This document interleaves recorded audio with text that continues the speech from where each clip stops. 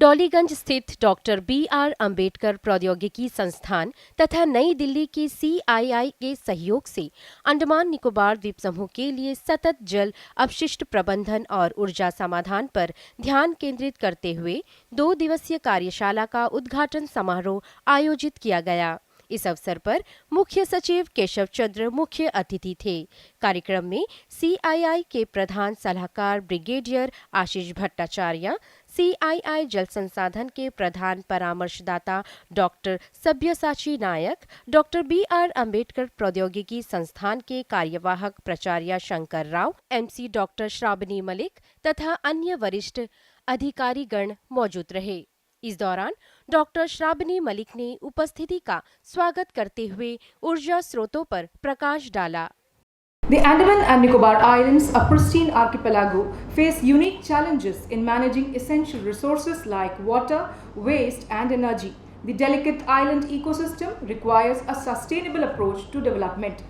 Challenges like water scarcity, exclusive dependency on rainwater, limited freshwater resources, uneven distribution and contamination pose significant hurdles.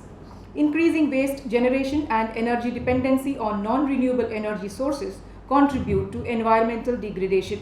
Though Andaman and Nicobar administration has been making sincere and significant attempts to work in tandem with the fragile ecosystem, but challenges remains and mid-course corrections are inevitable. We at Dr. B.R. Ambedkar Institute of Technology, Port Blair has always assumed our responsibility to set sustainable environmental goals through various initiatives for the institute in specific and the islands at large so as to produce responsible engineers for the society.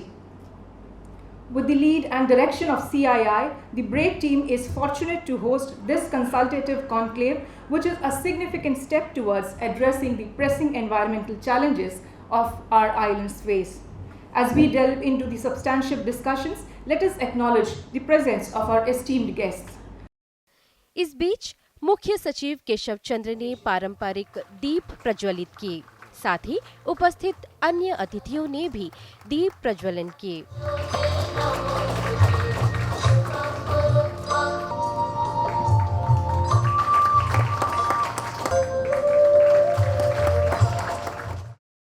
कार्यक्रम में दी bread के कार्यवाहक प्राचार्य शंकर राव ने स्वागत भाषण दिया।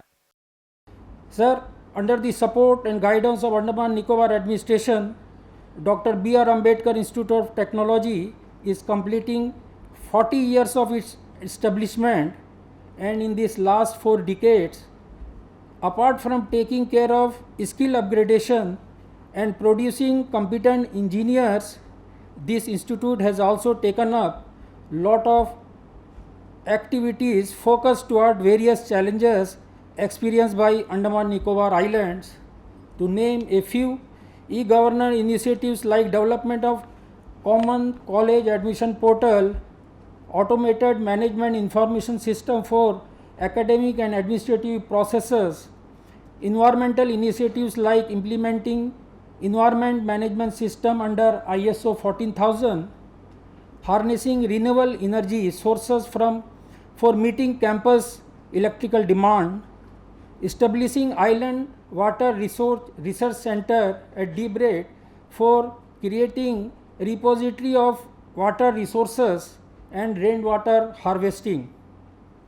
As a matter of fact, for last couple of years, we have been planning to arrange such session addressing the challenges that are being faced by policy makers and discuss various options to mitigate them. We are indeed thankful to the Confederation of Indian Industries for coming forward under the patronage of our respected Chief Secretary Sir. Today we are here for inaugural session of 2 days consultative workshop on moving towards sustainable water, waste management and energy in Andaman Nicobar Islands. For a place like Andaman Nicobar Island, the challenges to address certain issues which otherwise are not that critical in mainland requires a continuous approach and time to time mid course correction in our approach. In next 2 days, 3 broad areas, namely water security, waste management and sustainable energy will be discussed, including the successful case studies where we have been able to solve the problem. प्रधान सलाहकार brigadier आशीष भट्टाचार्य ने जल सुरक्षा, बिजली सुरक्षा और अपशिष्ट प्रबंधन में स्थानीय चुनौतियों के समाधान पर प्रकाश डाला। As we are calling it a consultative workshop themed on moving towards sustainable water, waste management and energy in Andaman and Nicobar Islands. The workshop is a significant step, as was brought out by the earlier speaker, because of its unique challenges that Andaman faces. We are working towards to find a sustainable solution to all the issues over here. The Andaman and Nicobar Island holds immense strategic, ecological and economic significance for India. The islands are not only crucial for India's maritime strategy, but also from the point of view of Indian economy. It is nearly 30% of India's exclusive economic zone. However, due to their geographical isolation and environmental sensitivity, over the years ANI has been facing, I would say, unique challenges in water security, waste management and energy sustainability. In this workshop, I would request each one of you to contribute to a free and frank discussion on all the subjects, that is the water, waste and energy, the good work already initiated by all stakeholders, the future challenges that follow due to the increase in the base population that is likely to come up very soon, the industry and academic body which brings out global best practices centered around innovative technologies and digitization, including monitoring mechanisms and management. The idea is to look for solutions that meet the goals of a circular economy. Creating wealth from waste is an important consideration. Energy sustainability is another crucial area for ANI, which we will discuss in the third session tomorrow. There we will explore renewable energy solutions such as solar, wind, hydrogen-based power and sea waves to make ANI a net zero energy region, ensuring energy security for both civilian and military needs. We will not stop at that. With the 2024 Union Budget setting aside funds for setting up setting up more than one medium and small modular nuclear reactors for power generation, we feel the time is right to discuss nuclear power as well. GNI project, which includes creating an international transshipment terminal here. While this project is set to transform the region by improving connectivity, boosting trade and providing economic opportunities, it will also pose added burden to the current system, especially in the three focus areas under discussion now. A little word about CII. It is a not-for-profit industry association that has been pivotal in shaping India's developmental journey for the last 127 years, collaborating closely with industry, government, academia and civil society. CII's engagement extends beyond business. Through its dedicated centers of excellence and with about 35 departments covering almost all sectors of the industry, CII promotes innovation, technology, adoption and sustainability. We assist industry in executing corporate citizenship programs across diverse domains such as affirmative action, livelihood, diversity management, skill development, women empowerment and sustainable development. In conclusion, I would say that this workshop provides an excellent opportunity for stakeholders to collaborate, share knowledge and develop a comprehensive roadmap for the sustainable development of the islands in the related areas of water, waste and energy. Together, we can work to make this happen. अपने संबोधन में मुख्य सचिव केशव चंद्र ने धन्नी खाड़ी में 5 और बांध के निर्माण पर बल देते हुए कहा कि इन बांधों के तैयार हो जाने से भविष्य में द्वीप समूह में जलापूर्ति की समस्या का निदान होगा। These three important topics, which is probably every city and every state in the country is grappling with, and we are still striving to reach upon a tangible solution which can address these three problems. In urban water supply, water meter is the most important tool for the governance. Somebody who is using more than what is warranted and what he should be using should be charged exponentially. And if you do not have water meter, which is the case throughout the country in every city, then all the distortion in the supply side will come, which we are facing. Unfortunately, it's a political issue, and no politician will allow you to have water meter and consumption according to the meter reading. Now, water has its own cycle. We all have read in the school time. And what is the cycle? Is that if you are supplying water to a population of say 1 lakh, then you need to have a tangible, good, concrete source of water to supply that water, isn't it? If the population of 2 lakh is there, 2.5 lakh is there in Port Blair, then we need to have a big source of water somewhere placed near Port Blair. And we have that in Danikari Dam. So that is the first thing which is indispensable. What is second thing is that how that water is being used. Fortunately, in Port Blair, the agricultural practices and other industries or economic activities which consume more water is very less. So the entire water is going towards consumption of people and households. So the human consumption has got another rivalry with another economic activity, and that is agriculture. This is true for the entire world.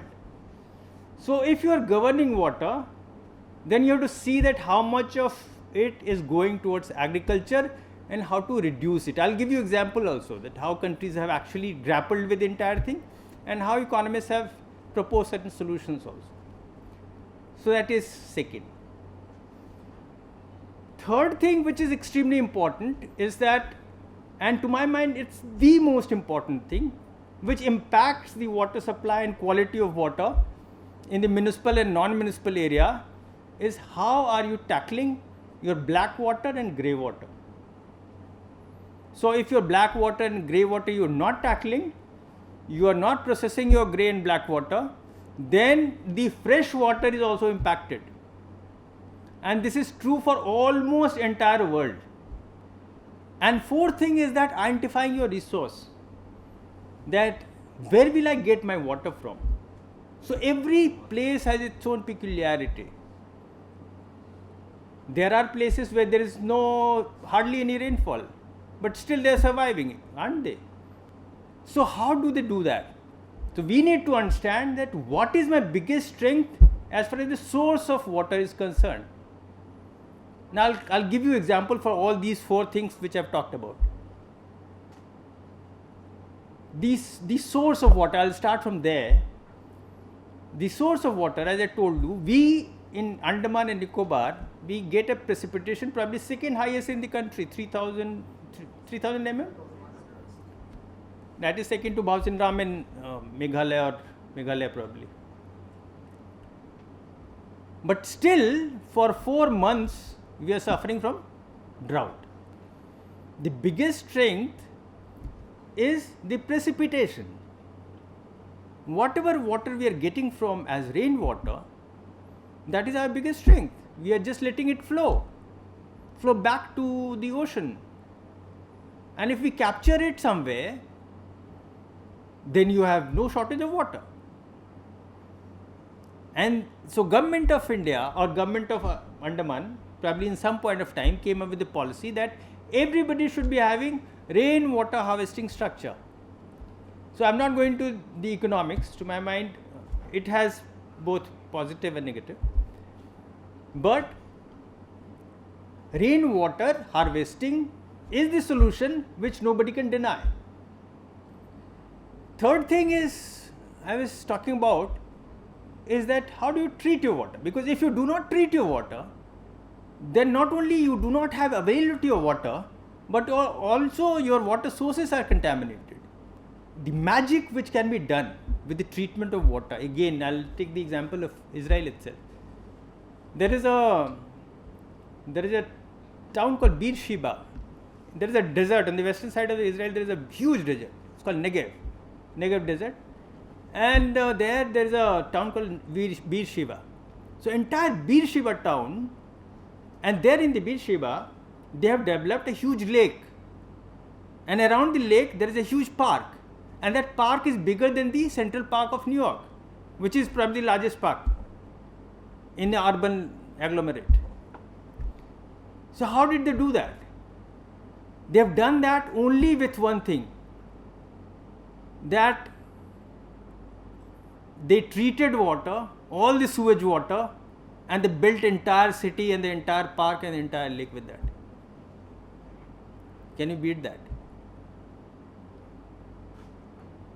And so the potential of that, just imagine the impact. Not only they saved their traditional source of water, but they also built a new city altogether. And fourth, as the population went northwards and there was a crisis of water, obviously they rationed it. So that is the importance of water. And the strategy, if we are not clear in our head that what should be the strategy to have water supply in what manner, in which city, then it is going to be problematic. And you can see the live example is Delhi. Though I also headed Delhi water supply for almost 2 years, so my contribution towards that chaos is also there. But then there is other problems. There are much bigger problems. Actually, in Andamans, what we are trying to do in last 1.5 years, we have realized that precipitation is our biggest strength, and what we need to do is to not look beyond the traditional method of water conservation. And what is the traditional method? That for time immemorial in our society we have built ponds. Simple. Wherever the water is draining, you build ponds, and also to save it from the evaporation, you plant trees, you plant neem trees all around. Also, Dhanikari is a success. Dhanikari has sustained the city for 25 years. So some structure of that kind will again supplant the entire supply of water. So we went around, no fancy consultancy or nothing. We went around ourselves. My colleague is sitting here, a deputy commissioner. Deputy commissioners, me, others, we went around. We found 5 locations where a similar structure like Dhanikari can be built. And we went ahead. Then we hired some engineering consultants. They came and then they said, no, fantastic place to build. Where? So at present we are going ahead with building of 5 years. Another it will take a year or so if we work with the same vigor. Once these are built, let me assure you that there will not be shortage of water in entire Port Blair for another 30 years. And we are working towards that. But the single most important factor in coming years in the entire country, not in the entire country, in the entire globe, would be water. So once you lose sight of this, everything will suffer. Your economy will suffer, the societal unrest would be there, then there would be too much of friction.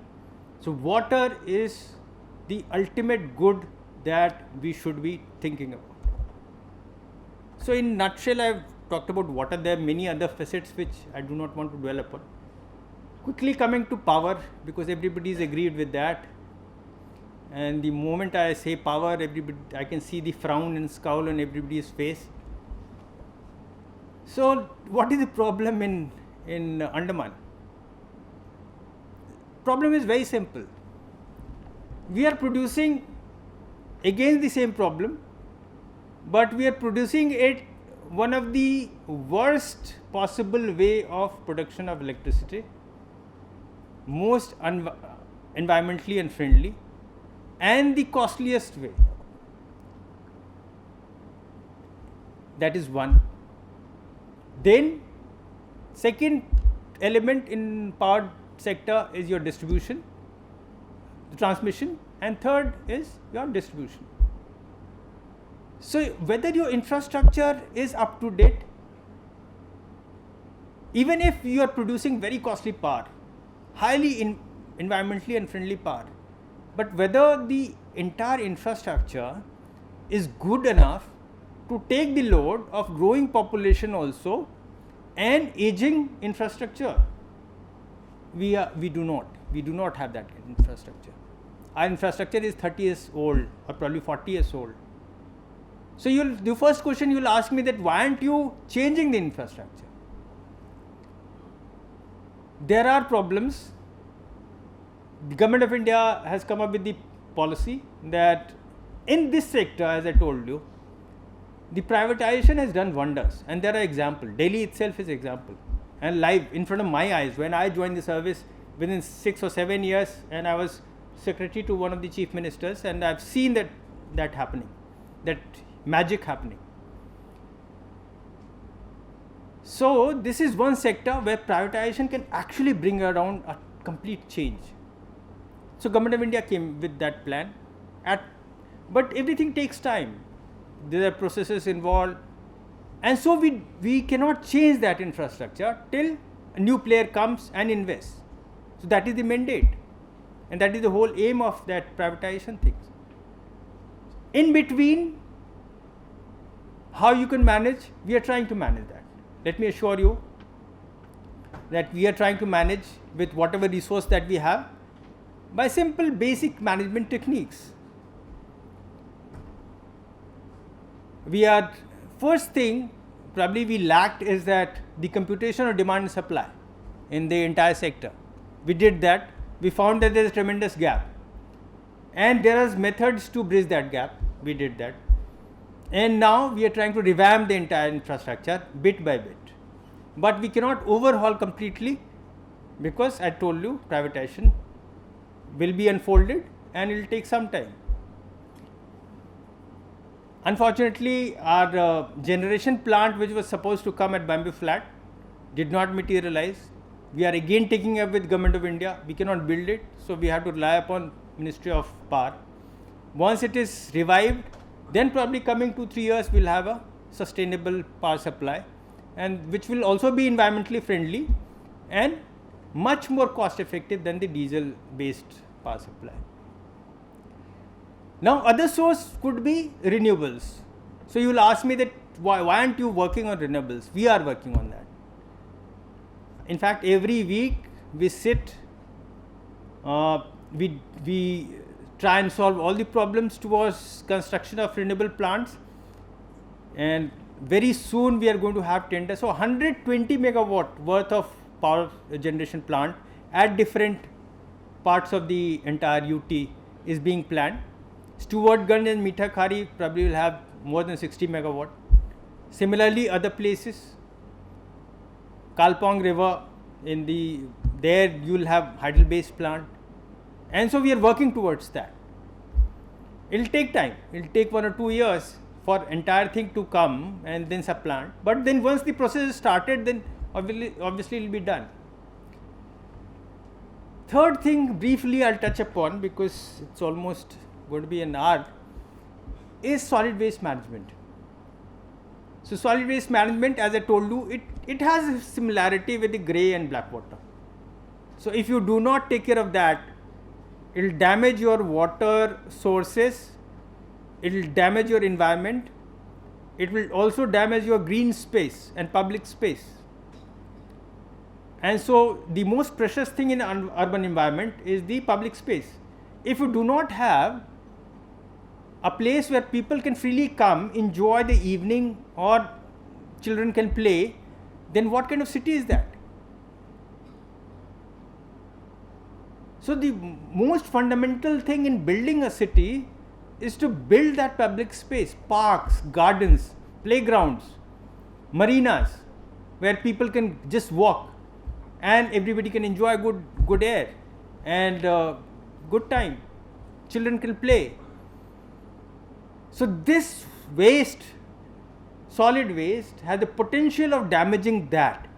It can damage your public space, it will damage your traditional water source, and it can also damage your greens, which is there available in limited amount in different cities. So there are certain principles in solid waste management. What we are doing in briefly, I'll tell you. Municipality, you must have realized that recently municipality and the district administration both are doing tremendous work. They are going in different parts of the city. They are trying to lift legacy waste which is there. And also in collection of waste, the most important formula is segregation. How good is your segregation decides that how free your city would be with solid waste. If segregation is not good, no matter what you do, it will never be managed. You will always have a landfill, somehow bursting with all kinds of waste, which you probably totally would be aghast that how to tackle that, this huge heap of mountain. So segregation is the formula. This is the mantra for solid waste management. We are trying our best, and there is a tremendous success also. So at first place, we are trying to encourage people to have that segregation done at the household level. Also, the collection facility and the assurance of the collection is to be foolproof, that somebody comes to collect, that should come every day at the same time. Otherwise, everybody has some work in the morning. People go out for the work. At times, both the husband and wife, they go out for the work. So it has to be matching with the demands of the society. Also, whatever little is not segregated, you should be having some additional facility to segregate that. And here we have DRCs. There were tremendous gaps in the DRCs. For past 1 or 2 months, we have started targeting. You must have realized now, the city are a bit cleaner, garbage are lifted, everybody is coming and telling you that segregate your garbage before giving it to us. DRCs are being revamped. The entire landfill site has been mended. And so there is no rocket science involved in solid waste management. But if it is not done properly, then definitely rocket would fall in the entire city in couple of years. So thank you so much for giving me time, and we all together in all three sectors, this is my feeling that in all three sectors, especially first to water and power, where citizen can contribute tremendously is by saving. You can save water, you can save power, and it's probably much better than generating power and water. And solid waste, you can segregate and help the entire city. So with these words, I thank CIA again for holding this workshop here and enlightening us. Thank you so much. इस अवसर पर मुख्य सचिव को स्मृति चिन्ह भेंट किया गया। Chief Secretary, Andaman and Nicobar Administration, the chief guest of this inaugural session of the 2-day consultative workshop on moving towards time and adapting to the environment. Andaman and Nicobar Administration. कार्यक्रम के अंत में प्रधान परामर्शदाता doctor Sabyasachi नायक ने धन्यवाद ज्ञापन किया। Relentless demand for natural resources is spiking its depletion and degradation, and this is having widespread impact on the environment. And if you want to thrive, we must ensure conservation of these resources. Water, waste and energy needs to be looked through the prism of integration. Let us remember, spike in economic activities, current consumption pattern and population growth will demand more water, will demand energy and also will generate more waste. So how to tackle this? So going forward, the mantra should be creating maximum impact with minimal resource utilization. For this to happen, an enduring partnership with all stakeholders would be very much imperative. I would like to recapitulate what has been very rightly pointed out by Mr. Chandra. Yes, we should have an integrated approach towards water management. When I say integrated approach towards water management, we should look at both fresh water and wastewater, because if you neglect the wastewater, it is going to pollute the fresh water which is available in scarce quantity. Not only that, he also provided an insight to bring to the focus the sustainable management of quality. The water quality management is also of prime importance in today's context. And very nicely put, we should also learn from the good practices which are prevalent in other parts of the country, like he mentioned about Israel. And one thing was very striking in his speech. He mentioned about reviving the traditional wisdom which is existing in this island in order to ensure water security for the island. To start with the basics, he also mentioned measuring and monitoring. Yes, if you don't measure it and if you don't monitor it, then how are you going to take corrective actions for ensuring water security for this island? Obviously, participation of all stakeholders will be very much imperative in bringing about a change in mindset and behavior of all stakeholders and in emergence of a transparent approach towards water conservation.